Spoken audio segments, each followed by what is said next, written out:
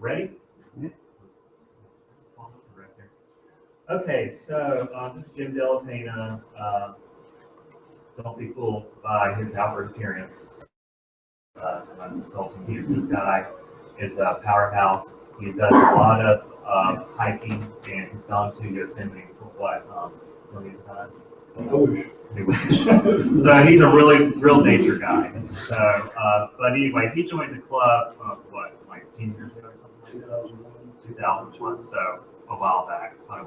I joined in 2007, so I've been on this here 10 years, but it's about you. So he has been an officer, and he was a treasurer for a little while, and I said he was an avid hiker, even recently. So as far as going back in the old days, he served in the Navy in the Pacific during the Vietnam years, and petty officer at that time.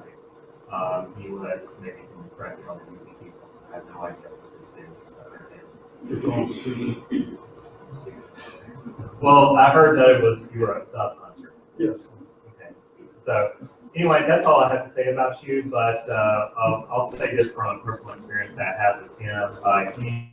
He is an expert at collimation, really good collimation spray, a line of their mirrors or optics. And the reason why I say that, that's very important for observing binary stars. It is, especially if you're on a telescope that you have to assemble every time you move. Okay, so basically what I was getting at is he showed me a few of these binary star systems. He showed me more than just binary. He showed me some that were like triple or four or something like that. I was just out there one night. I do a lot of imaging, so basically I go out and use everybody else's telescopes visually while camera on. So he was doing his thing. Seek was really good. So you could clearly see basically is what they look like. Stars are so close together, but you can tell they look like almost like snow. That's what it looks like. Just these little dots are nice, perfect and staggered. All. So anyway, take it away, Jeff. Okay. First of all, most of you realized last month we lost Jerry Watkins. He was a longtime member, I believe a founding member, friend, and our resident meteorologist. The reason I bring up Jerry is that he was basically a visual observer, and double stars were one of his favorite topics, or targets, I should say. He probably observed more double stars than anybody I know in the club. So I'd like to dedicate tonight's presentation to Jerry. No, it's fine. I'll be the first to admit that double star observing is not for everybody. We each have our favorites. Mine is actually open in blogger clusters and open clusters. Some of you probably have about as much enthusiasm for double stars as I do for elliptical galaxies. We each have our favorites. I get into it probably 6-7 years ago, and because I wanted to find some sort of variety and not look at the same thing all the time, and I also discovered at the same time it presented a challenge that was interesting to me. Tonight, I will use the words double star and binary star or system interchangeably. They mean the same thing. Other than briefly describe optical doubles, I'm not going to spend any time on it. An optical double is simply two stars that look close together. They could be hundreds of light years apart, but from our perspective, they look side by side. They're really imposters. They have no effect on each other, and they do appear in double star catalogs from time to time. You can look at them if you want. They don't do anything for me.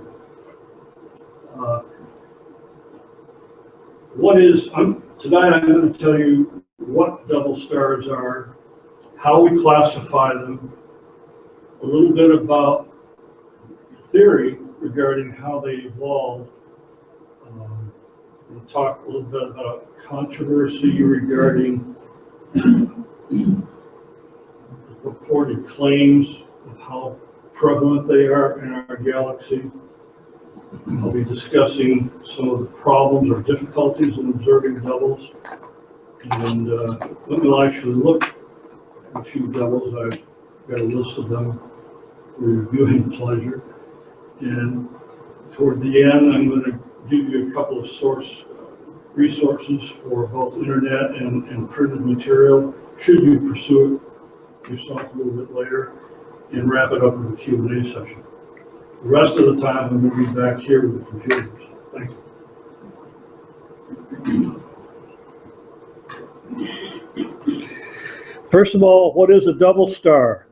It is two or more stars who orbit around a common center of mass and travel through the galaxy together. They may have several components, even as many as 8. What we've got here is Alcor on the left and Mizar on the right. For those of you who don't know, Mizar is the second star in the handle of the Big Dipper. In this particular case, Mizar appears in a telescope as an ordinary double star. It's actually a quadruple system. Each of the stars, Mizar, Alpha, and Beta, are in themselves spectroscopic binaries. Binaries are classified by method of detection: visual, spectroscopic, eclipsing, astrometric, and photometric. We'll take them one at a time. Visual binaries can be seen visually with the naked eye, binoculars, or telescopes. Interferometric binaries are a new subset in the visual category, at least that's where I put them for the sake of this discussion, that are detected by combining twin telescopes that are separated. This method can separate visual binaries down to tiny fractions of arc seconds, and the Keck binocular telescope can take it down to millisecond resolution. Spectroscopic binaries are only evident through periodic shifts or doubling of spectral lines. They usually have very small separations, tend to be small, and have high orbital velocities. Eclipsing binaries periodically block one another from the observer and therefore may be a type of variable star. With the advent of the 8-meter class telescopes, we've been able to use them to give direct distance estimates to the large and small Magellanic Clouds, the Andromeda and Triangulum galaxies. 29 Aquarii, also variable DX Aquarii, is an example of one. That's not what's pictured. What you've seen pictured are just something I stole off the internet. Astrometric binaries, Algol is an example, appear only as one star but have a dark companion. Detection occurs when the dark companion causes periodic wobbling of the primary, sometimes getting reclassified as a variable star. This is how some exoplanets are detected. They may also be detected using CCD astrophotography over a period of years. Photometrics reveal themselves through precise measurement of differences in surface temperature. This is listed as a separate classification, but most of them are also spectroscopic binaries. They may also be classified according to their distance from one another. We'll take these one at a time. Detached binaries are a kind where each component is within its own Roche lobe. In other words, the area where gravitational pull of the star itself is larger than that of its companion. They have no major effect on each other than the fact that they orbit a common center of mass, and they do evolve separately. Most binaries belong to this class. Semi-detached are where one of the stars fills the binary star's Roche lobe and the other does not. Gas from the donor star is transferred to the accretor star. This dominates the evolution of the system. In some cases, inflowing gas forms an accretion disk around the accretor, and examples are X-ray binaries and cataclysmic variables. Contact binaries are where both stars fill their respective Roche lobes. The uppermost part of the stellar atmosphere forms an envelope that surrounds both stars. As friction of the envelope breaks orbital motion, they may eventually merge. Why do astrophysicists study them? They provide, to date, the best method for astronomers to determine the mass of a distant star. From the orbital pattern or the time variation within a spectroscopic binary, the mass can be determined.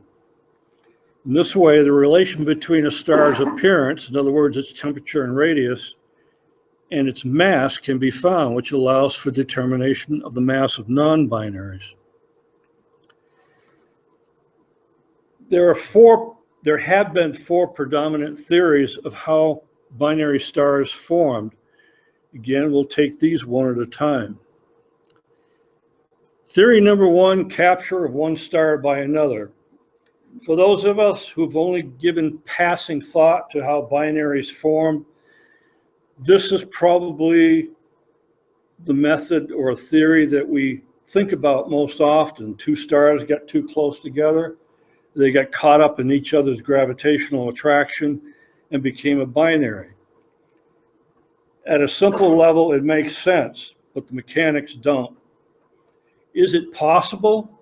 Yes, theoretically, perhaps within the density of something like a globular cluster, but it's much less likely out in the open in the galactic plane.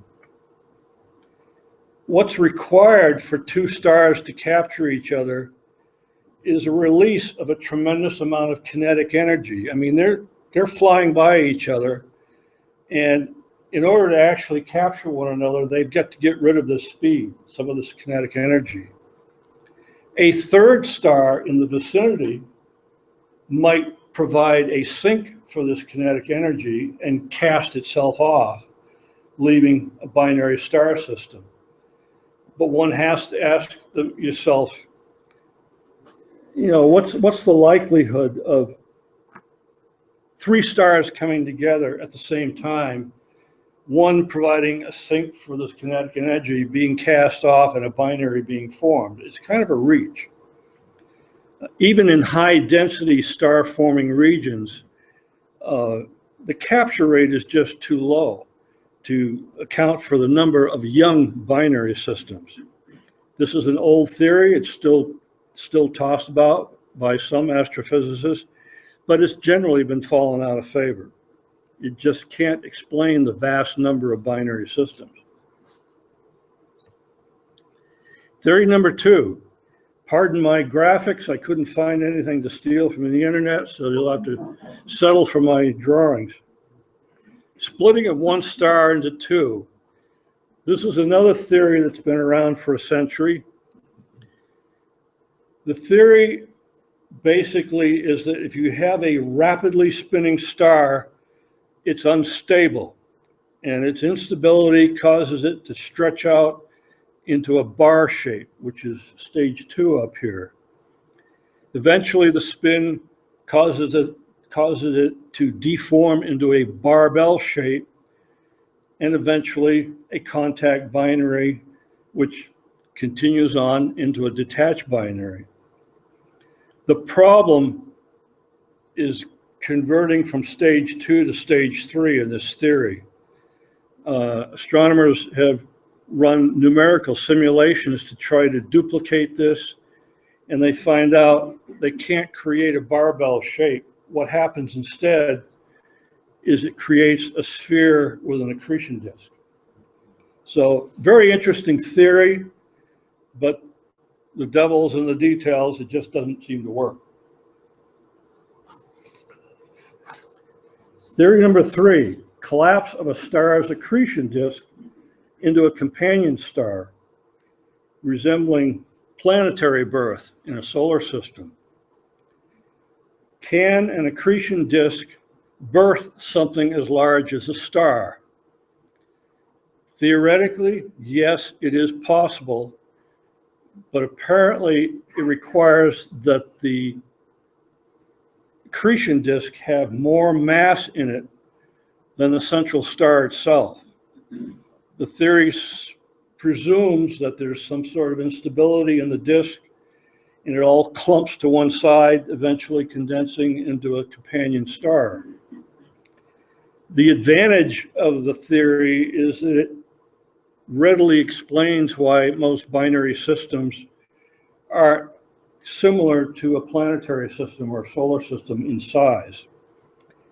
The disadvantage of the theory is you have to ask the question, how often are you going to have a star with an accretion disk around it that has greater mass than the star itself? It's kind of an open question. Theory number 4, fragmentation of a collapsed molecular cloud into multiple stars. How does it happen? A molecular cloud is basically hydrogen, helium, and assorted dust particles. It may be original creation, or it may be reformation of previous stars that have destroyed themselves. The theory is that this massive molecular cloud, due to its own gravitational mass and attraction, begins to collapse. The angular momentum provides the momentum to eventually halt that collapse. Halting the collapse is necessary before it can begin to fragment into individual clumps. Once the fragmentation begins, subsequent collapse ensues after that, and the fragmentation eventually yields to the creation of new protostars, which are gravitationally bound together. Molecular cloud fragmentation as the source of all binary and multiple star systems is at present the most consistent with present data. Observation of pre-main sequence stars support the theory that most binaries are already formed during original star formation. So where are we on current binary formation theory? New modeling studies from the Carnegie Institute for Science demonstrate that most of the stars we see formed when unstable clusters of newly formed protostars broke up. A few rare clusters of multiple protostars remain stable and mature into multi-star systems of 3 or more. The unstable ones eject stars until they achieve stability and end up as single or binary stars. We're still dealing with theory here, but it's the best theory we have to date. This is not an easy thing to theorize because, number one, we're dealing with a massive time scale, and we're dealing with a massive range in size, from something as large as a molecular cloud down to something as small as a binary system. It's hard to simulate all of this in a computer. How many stars are binaries? It is commonly stated that 2/3 of all stars in our galaxy are part of binary or multiple systems. The Chandra Observatory even claims as much as 80%. If you go on the internet today and ask the question, how many binary stars, how many stars in the Milky Way are binary stars, this is the sort of nonsense that will be foisted upon you. Do you really think it's nonsense? Excuse me? I'm speaking from a place of not a ton of knowledge, but Right. I've always heard Jupiter is a filled star in itself, right? So if it came so close, why would we really think that maybe that number's lower? Well, I'm going to get into that. Okay. This 2/3 of all stars in our galaxy is an often repeated theory that keeps remanifesting itself in multiple website locations, which is a combination of incomplete science and outright bad science. It's a product of selective statistics, which I call cherry picking, and I'll explain why. How did they come up with this? I'm not sure when it was something like 10 or sometime in the last 10 or 20 years. They did a study of stars near our solar system to determine how many of them were binaries. They went out as far as 81 light years in every direction. Why such an odd number? They actually went out 25 parsecs, which is 81 light year radius from Earth. They looked at all the sunlight or brighter stars, and they came up with the fact that 2/3 of them were binary systems. Why didn't they go any further? I'm going to get into that in a little bit. Charles Latta at the Harvard-Smithsonian Center for Astrophysics says astronomers got it all wrong. When you make a closer examination, it's only 50% of the sun-like stars are binaries. The 80% applies only to the massive type O and B stars. The catch is most stars in the galaxy, whether within that 81 light year radius from us or the entire galaxy, most of them are dim, low mass red dwarf stars. Scientists estimate 85% of all stars in the galaxy are red dwarfs. And only 25% of them are binaries. The reason I mention this is when the study was done of the stars within 81 light years of Earth, they completely excluded red dwarfs. How can you exclude from a study this critical the most abundant type of stars in the galaxy? This is bad science as far as I'm concerned. The other question that might come up is, why do they stop at 81 light years? There is a practical aspect to it. The further away you get, the harder it is to determine whether or not a star is a binary. And also the further away you get, your database of stars that you're trying to study becomes a mathematical progression, and it gets a little bit cumbersome.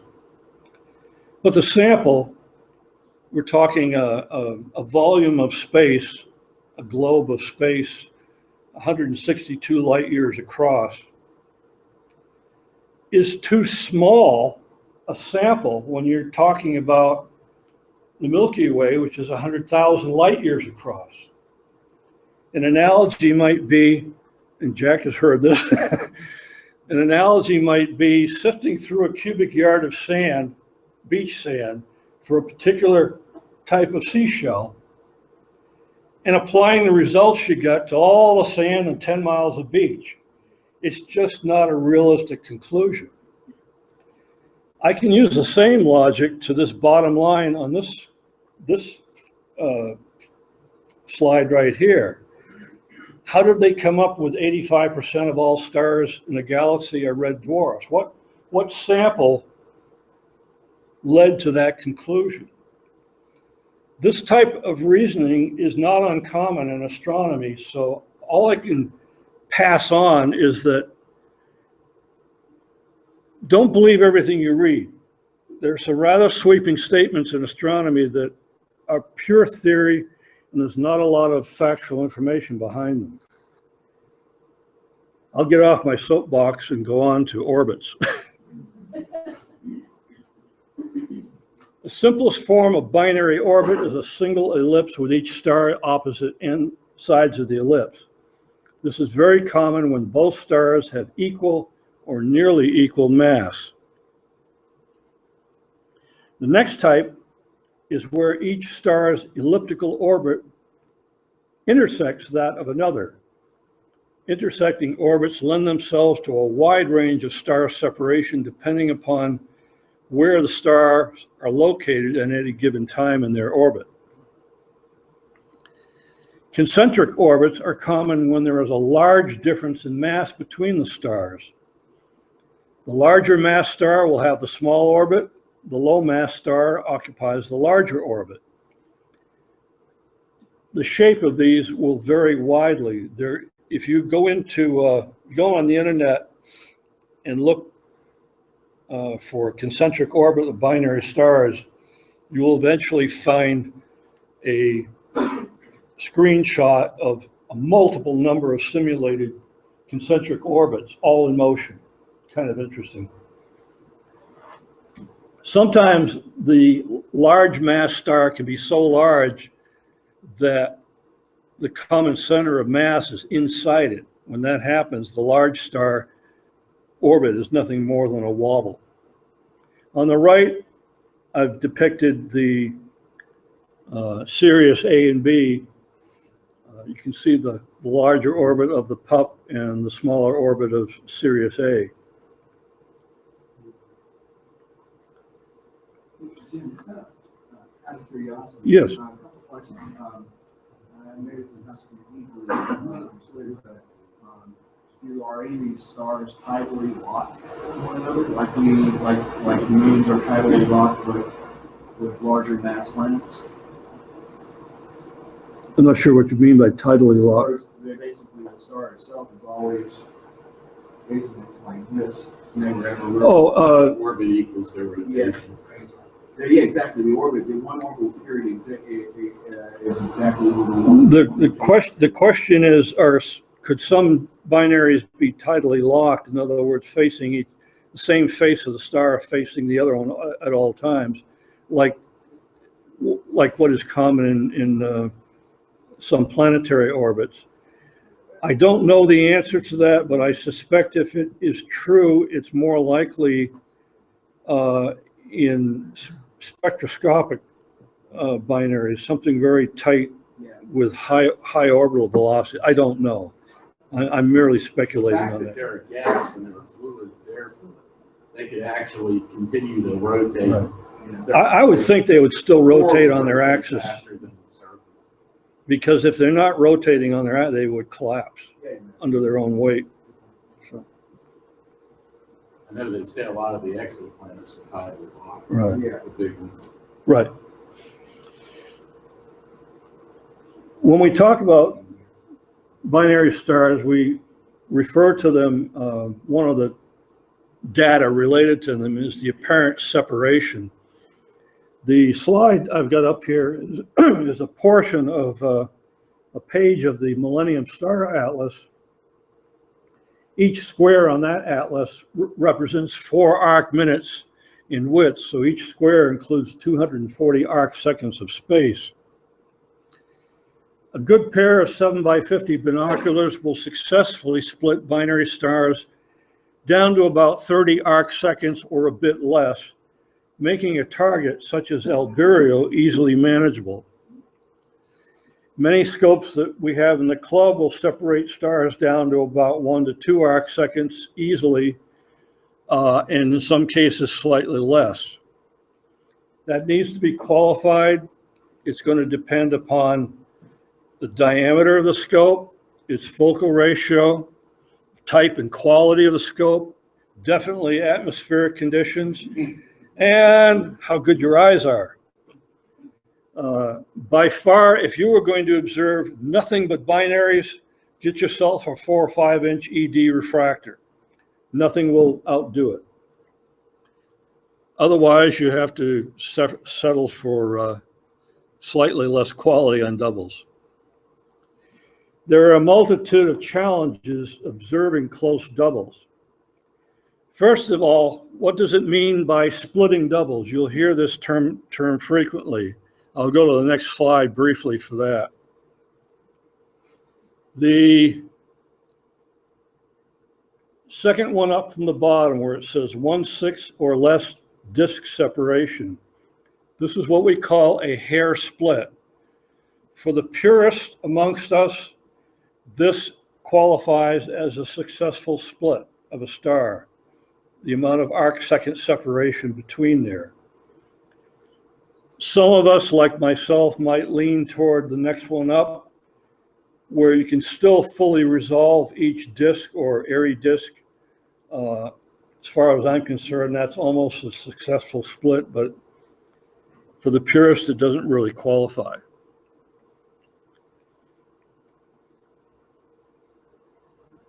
Again, back to the Millennium Star Atlas. This is the only printed atlas I've seen where I'm missing my pointer because I don't have it, but that's all right. This is the star Theta Serpentis. On the left side of it, you can see a little line going out at an angle. This particular printed atlas, that line indicates the plane of the orbital plane of this particular double. Oh, okay. Yeah, that right there. You'll notice there's a smaller one down here. It's like a 9th or 10th magnitude. It's almost vertical. I'm going to come back to that little feature in a second. One of the most difficult things, especially when you get to magnitude 7 and further out, do I have the correct star in the eyepiece? Whether you are trying to find a double through star hopping or you've got a go-to telescope, you're going to be using a low power, wider field eyepiece to get into the general area. At low power, a lot of these stars are going to be so tight, the separation will be so tight, you can't tell it's a double at low power. At some point, you've got to pick one, especially if there's several of similar magnitude, and say, well, I think this is the one. Change your eyepieces and pump up the power and see if you can see some detail. This can be a little frustrating. I've got a number of stars in my observing list that are still logged as could not locate. So, another thing is on the really fainter double stars that are very close, you really have to use quite a bit of high power to resolve what you're trying to resolve. And along with that is all the wobbly, shaky, messy views that you typically get at high powers, especially if your atmospheric conditions aren't quite what you'd like. There's a subjective influence here also when you're trying to determine whether a tight double is actually the right star. You can stare at it and even look at it off center and say, well, I think I see some shape. There's the suggestion there that you may tend to see what you want to see because you know it's a double and therefore I must be able to see it. And you could actually be looking at the wrong star. There's also little tricks of the eyes that get played on you. When I'm having a tough time determining whether a star is a double, I very conveniently place one star on the left and one on the right as though that were the planetary orientation with the way I'm standing, the way the scope is, and the way where it's located in the sky, which is ridiculous. But my eyes and my brain conveniently do that. So observing close doubles can be a challenge. As a general rule, the easiest close doubles to split are those of equal or nearly equal magnitude. This becomes more difficult the wider and wider the greater the magnitude differences, the wider and wider you have to have in order to see the separation. Even amongst equal magnitude doubles, the fainter ones will be easier to split than the brighter ones at any given separation. The brighter ones just flood out their companions. When you look at, if you look on a telescope and look at your specification data, usually in the last page or near the last page. Your scope will have listed the Dawes limit or Raleigh limit of your telescope in arc seconds of resolution. Don't confuse that with being the minimum arc second resolution you should be able to accomplish in splitting two double stars. It doesn't have anything to do with double stars. The Dawes limit on a double star would really be an 80% overlap. The Raleigh limit would be a 60% overlap. So it doesn't mean, like my telescope, for instance, the Dawes criteria says 0.32 arc second separation. Well, there's no way any of us can see that. It's just too tight. I think the Raleigh was 0.38 arc seconds. That's for a 14.5-inch mirror. That's just a ratio that they're coming up with based on the size of the mirror. Excuse me? The Dawes limit is really just a ratio based on the size of the mirror. Right. It really doesn't tell you anything about really what you see. No. There's a formula page, I don't have the website reference, where you can, there's several of them actually, where you can put in the diameter of your scope, the focal length or focal ratio, and it will give a number of data, and one of them is, two of them are the Dawes limit and the Raleigh limit of resolutions.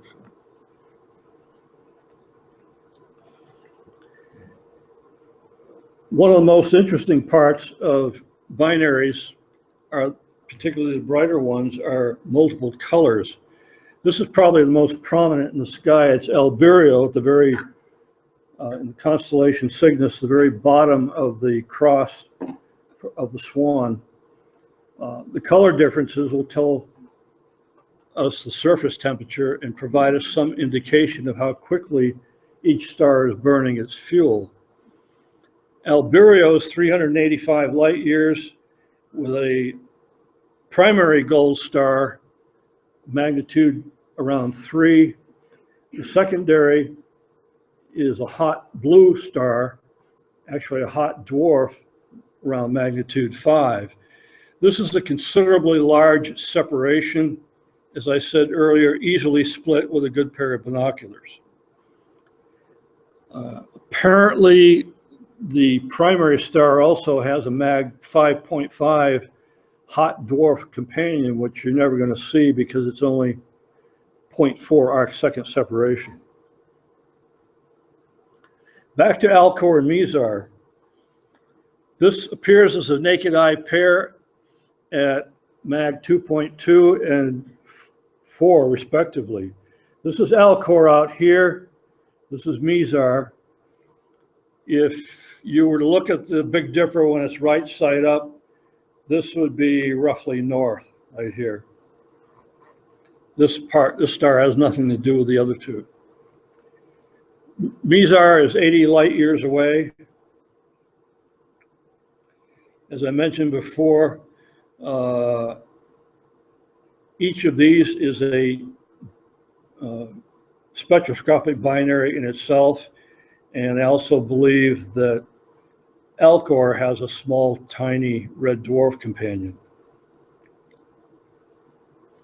Alpha Ursa Minoris, also known as Polaris, 375 light years, magnitudes 2 and 9. Again, a large apparent separation over 18 arc seconds. This is a supergiant that outshines the sun 1,900 times. Its actual separation physically is 30 solar system diameters. How are you defining solar system diameter? They probably use from the sun out to wherever you want to call the beginning of the Kuiper belt. Alpha Hercules, also known as Raphael Gethy, 360 light years, magnitudes 3 and 5, 4.6 arc seconds. This would be a very good target for somebody with a very small telescope that they would still be able to split relatively easy.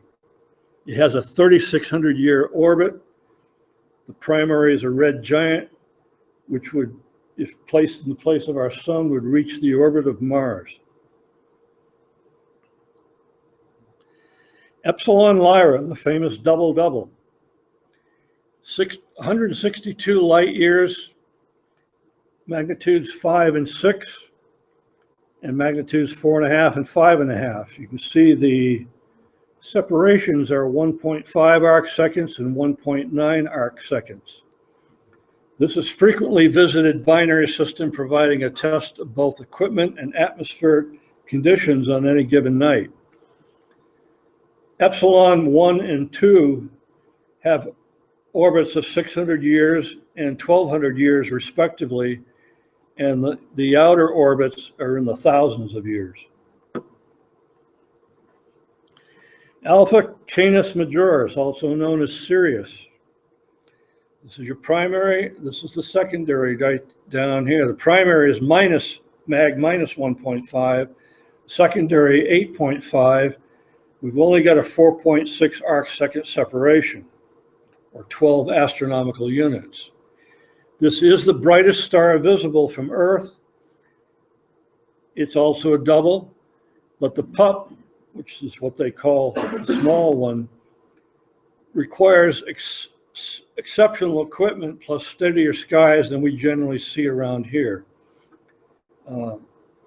I've talked to a number of people in the clubs. Oh yeah, I've seen it. And when I query them more, they say, well, yeah, it was at the Winter Star Party. I have recently read that it might be achievable using a deep red filter. I've not had a chance to try this, so I don't know if it would work. The article that referred to that called it a red minus violet filter, which is a contrast in terminology because I don't associate minus violet filters with red. They're usually yellow. Well, where'd you get that particular image from? Oh, this is a Hubble image. Oh, Hubble. Yeah, I stole this from Hubble. Well, Jim, when you're talking about splitting these things, what's the average arc second in North Carolina? A couple arc seconds, 1.5? Well, again, it depends on the telescope, but Well, I mean, just I can eat with, I've got a 14.5 inch mirror and I can easily get down to 1 arc second in most instances as long as they're fairly equal magnitudes. The sky's average 1.5. Yeah. I've gone down to, the best I've ever done is 0.7 on 2422 Lyrae and 2438 Draconis. The first one was 7.5 and 7.7 mag. Draconis was a pair of 7th magnitude stars. The next best was 13 Cepheus at 0.8 arc seconds. I've gone back to those other two, Lyrae and Draconis, and I wasn't able to duplicate it. Just that's what I'm asking, because like we have seen that several times in the Winter Star Party, but Sirius, even there under almost perfect sky, is such a bright ball of light that it's almost touching, and that's a better image to see. And so we could see an 8th magnitude star easily if it didn't have a gigantic black star next to it. So when you're trying to split a double star, the atmosphere is the real problem. it is. No particles in it. When you're splitting something down to 1 arc second or even 1.5 arc seconds, you don't just look through the telescope, even a good telescope, and see it right away. It's just like a lot of types of visual observing. You're going to have to wait for the atmosphere to steady for a few seconds. You got to wait for it. And you'll catch it briefly. It's, oh yeah, there it is. And oh, it's gone. And that's the nature of it. Jim, can you go back to what was the separation of the double-double again? Oh. 1.5? Oh. 1.5 and 1.9. Yeah, 1.5 and 1.9. So I think it's a rare night that you can't split. Yeah, we almost always. Yeah, it is. I use it as a seed test. But you're talking about stars that are very nearly equal in magnitude. So they don't, one's not flooding the other out. Even up here where you see a bigger difference. If say the alpha star up here was magnitude 3, you wouldn't see the other one. you know, it's just, Just a suggestion for those that are new to this. right. Not to start a double start, because that you can get fooled into thinking that it's your equipment.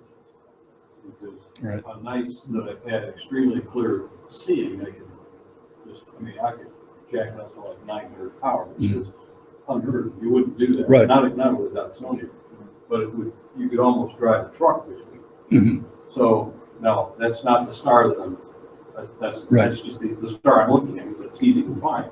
But on other nights, you can't get them to stop touching it. The atmosphere is just- For those listening in, Jack made the point that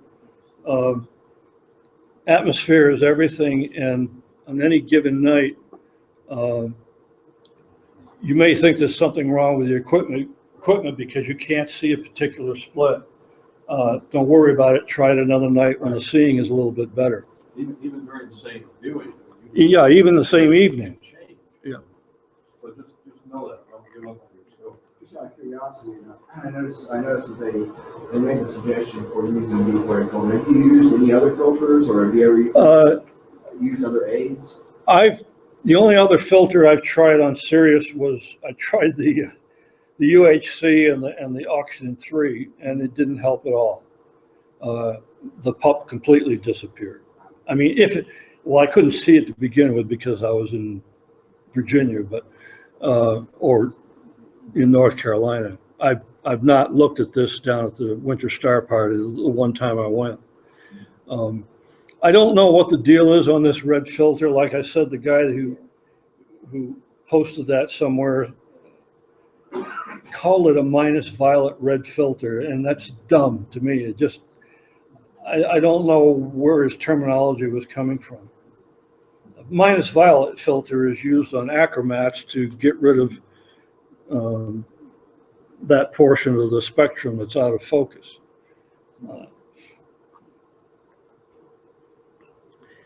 29 Aquarii, also variable DX Aquarii, has two designations.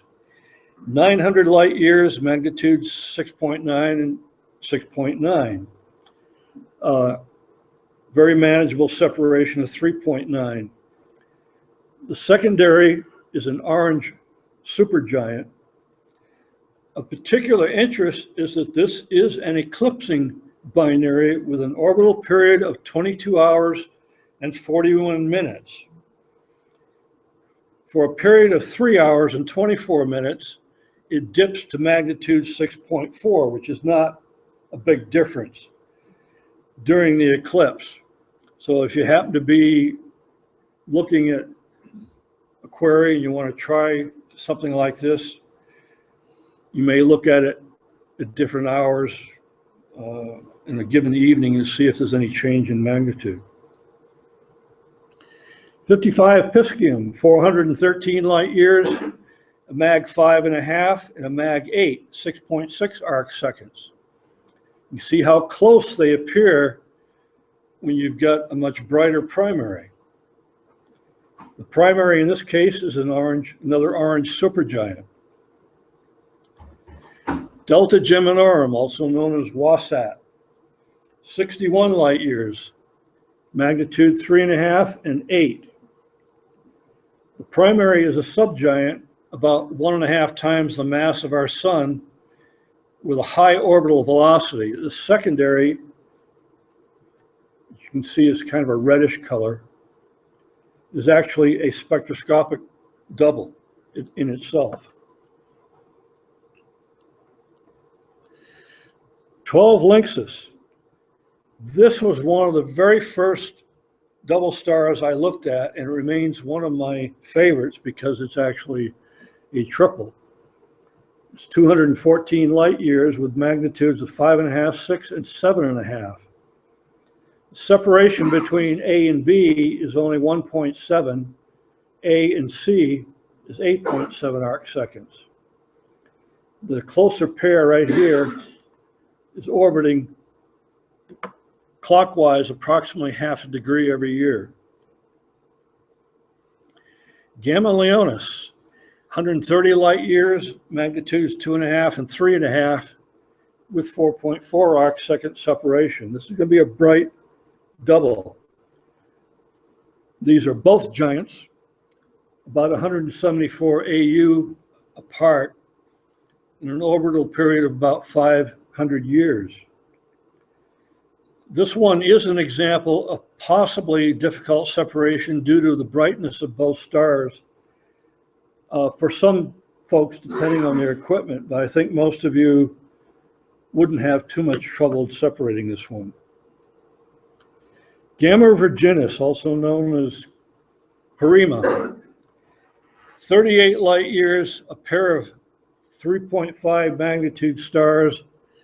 The 4.7 arc-second separation is the published separation at its maximum. However, the present separation is 0.9 arc-seconds or possibly less.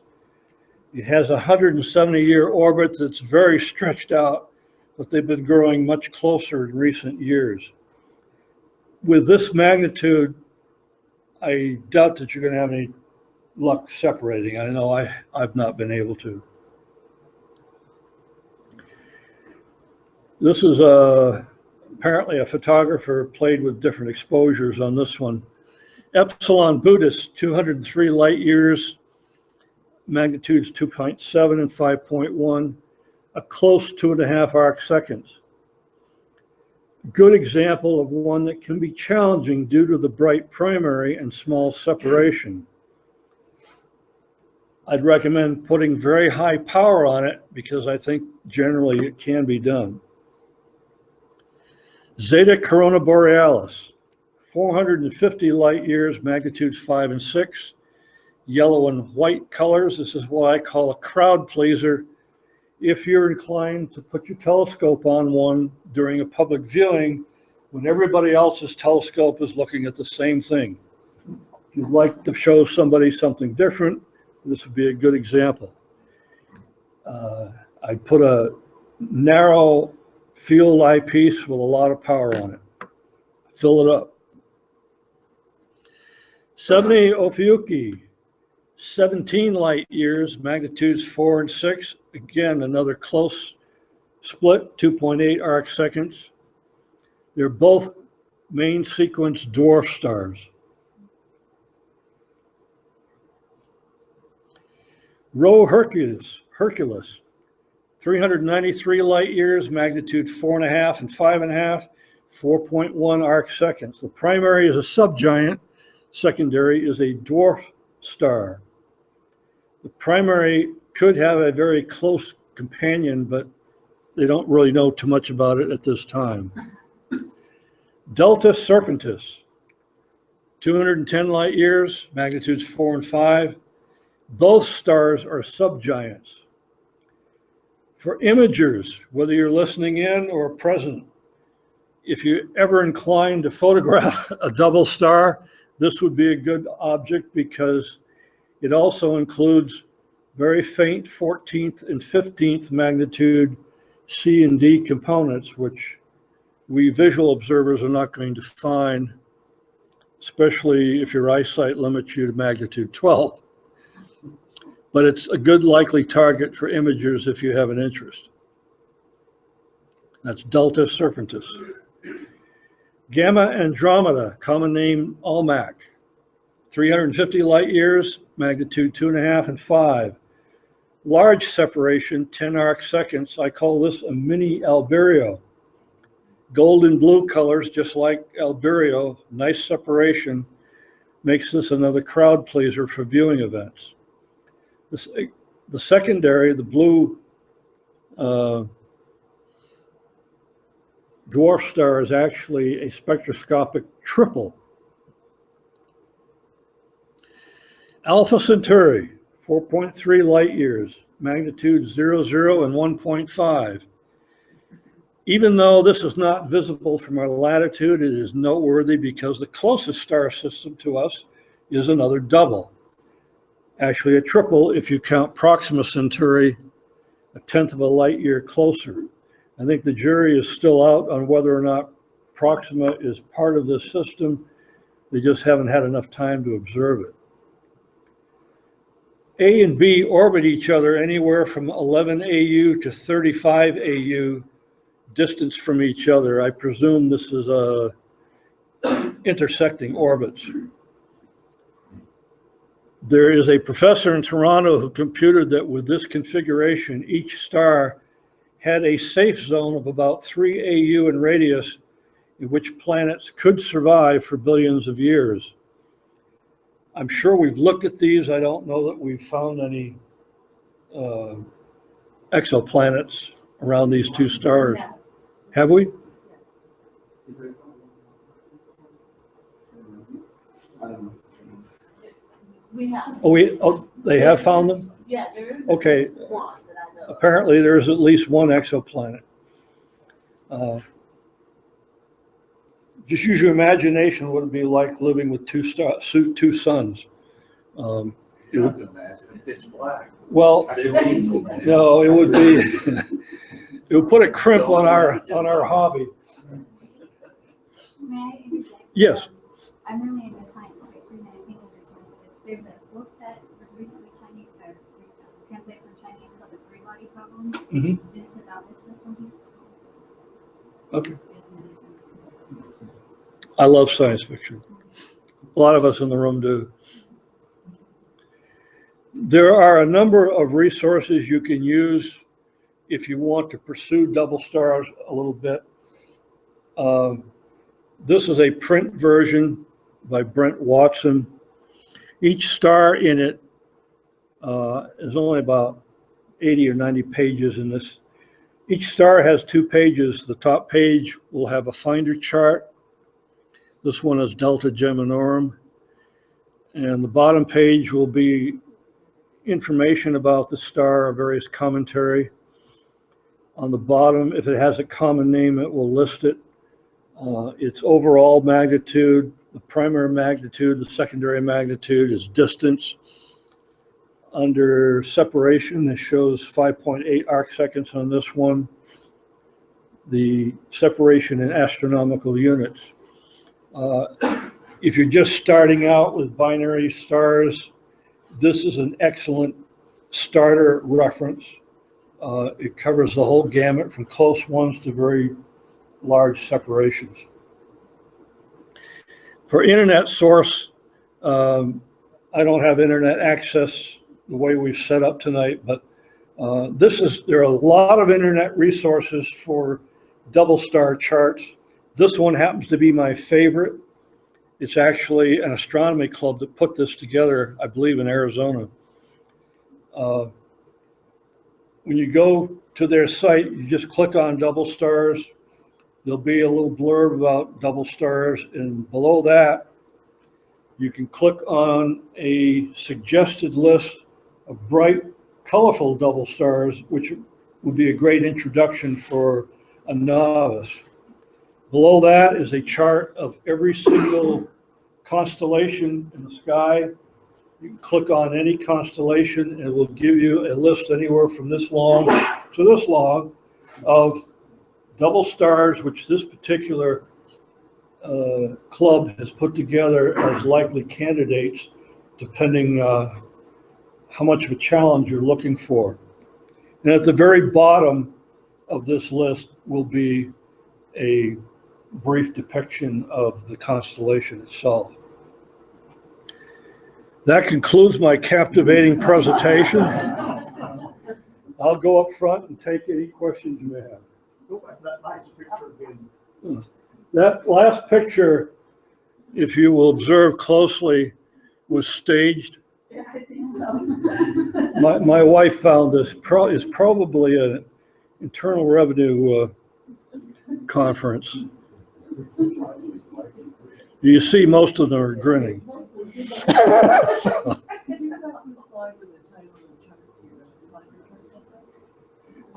Back to the website. oh, yeah, so you can write it down. Whoops.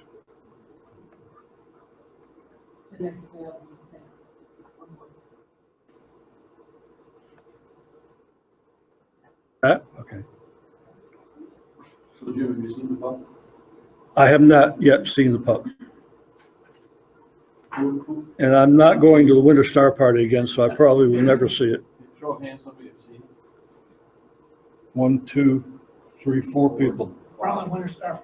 How many people have tried to see it?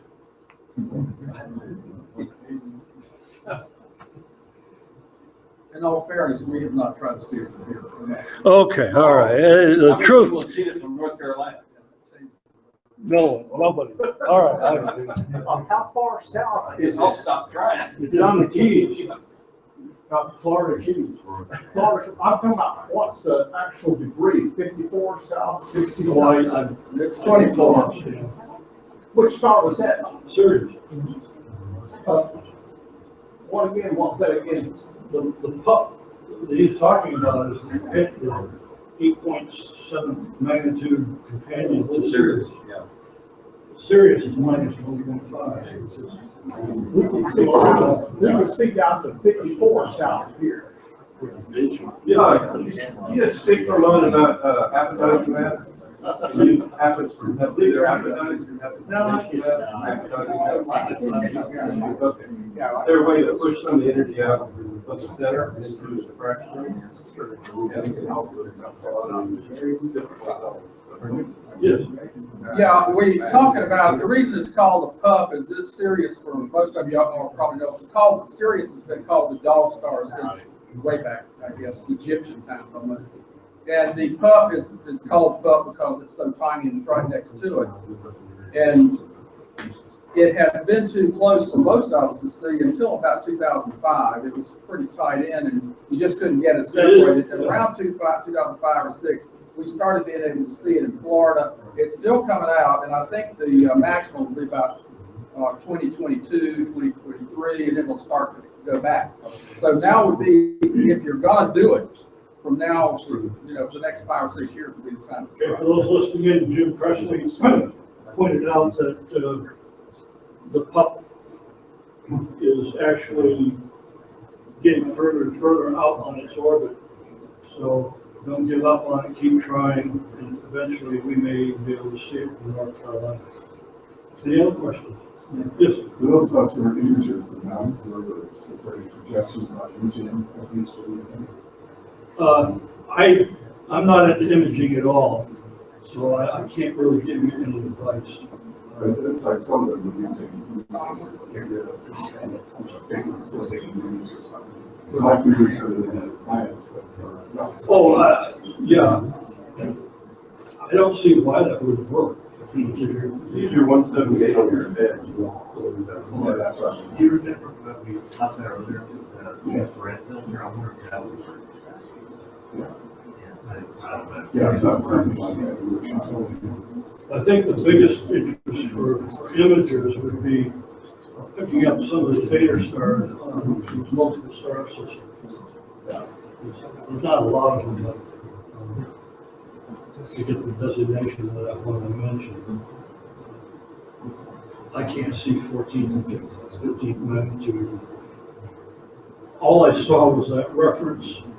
I don't really know what their separation is. I mean, I can do it with even, imaging. You have a question? Yes. Jim, for someone that's arguing double stars from AL, what are some of the things you do or to prepare to actually kind of ensure success for observing double stars? The question is, what do I do to prepare for some sort of success observing double stars? Most of the ones I go after are tight doubles, and on any given night, you never know what the atmospheric conditions are going to be or how they're going to change over the course of the night. To me, it's just trial and error. I'm old fashioned, I use written, printed observing lists by constellation. And I'll hit the more interesting objects first, and then when I get through those, I have almost twice that many possibles in double stars. And I'll start tackling those. And I'll find out very quickly how good the night is. And if I find that it's really difficult with the tightest ones, I won't really attempt them anymore until maybe later in the evening. if I have good luck right off the start, I'll stay with it. Yeah. I may even finish the list of that constellation. You have a question, back here? I do. If the binary system does have an accretion disk present, will that be visible or is that in a different wavelength or? No, usually a binary system will only have an accretion disk if, number one, it's a category I was talking about, semi-detached binary,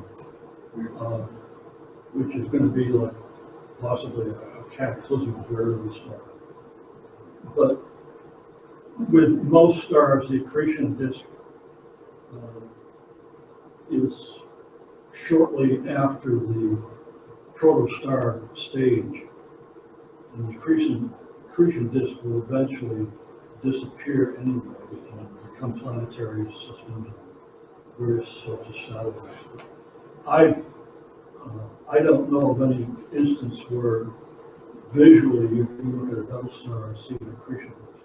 Same with I don't know if it's the same thing, you know, with the roach lobes are filled. Is that a similar case or is that the same? Yeah, yes, but that was just technical information. As far as observing double stars goes, we're really limited to visual detached binaries. That's the only class. Anything else, you need other equipment to do. Jim, I would say you can't see an accretion disk around the star. Not visually, you might be able to photograph it. Even the Hubble can't see it. Yeah. I mean, the Hubble can. The Hubble actually is imaged an accretion disk, but you're not going to see it with the human eye. Oh, the Hubble did. Yeah, they actually got an accretion disk. For those listening in, the consensus is that accretion disks are generally not visible anyway. They're just too faint. Any other questions? Thank you very much.